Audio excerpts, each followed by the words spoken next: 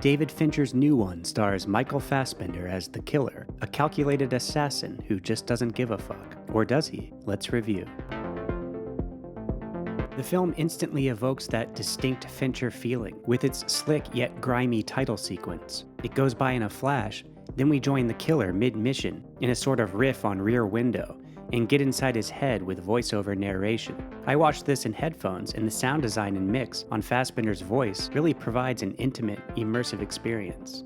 Fassbender nails the weary yet robotically fixated look, which is fitting for a guy who's played an android before. The casting is spot on, though there's more than a little Dennis Reynolds in the killer, and I can imagine Glenn Howerton giving a toned-down performance in the role. Duct tape, zip ties, and gloves. I have to have my tools. The killer bluntly states in the opening that he doesn't give a fuck, as he lays out his philosophies on life, which aren't dissimilar to Tom Cruise's in Collateral. But after the mission goes awry, his character will be tested.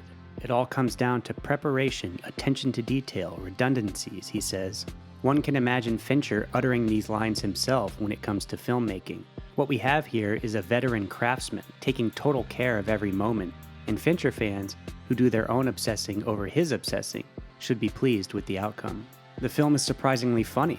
Its themes of protecting what's yours, ambition, and killing being a part of human nature are all things we've heard before, but Fassbender's wry delivery and performance help elevate the material. The Reznor and Ross score is reliably cool, minimal, and atmospheric, but nothing about it really stands out. Maybe that's the idea with this one, but a memorable melody, like the ones we get in The Social Network, can really lend character to a film. It's a meditative, tension-building movie, with some shocking and brutal bursts of violence. There's a really well choreographed and intense fight scene that sticks out, which manages to provide a laugh-out-loud moment. At a full 2 hours, the film is pretty well paced.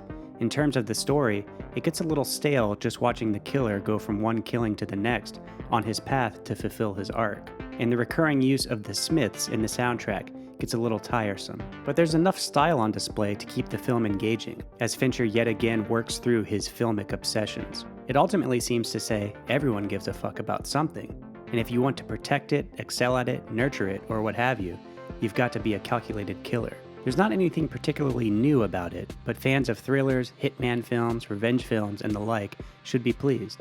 Feeling a 3 out of 5 stars for it myself this time. Thanks for listening, and see you soon.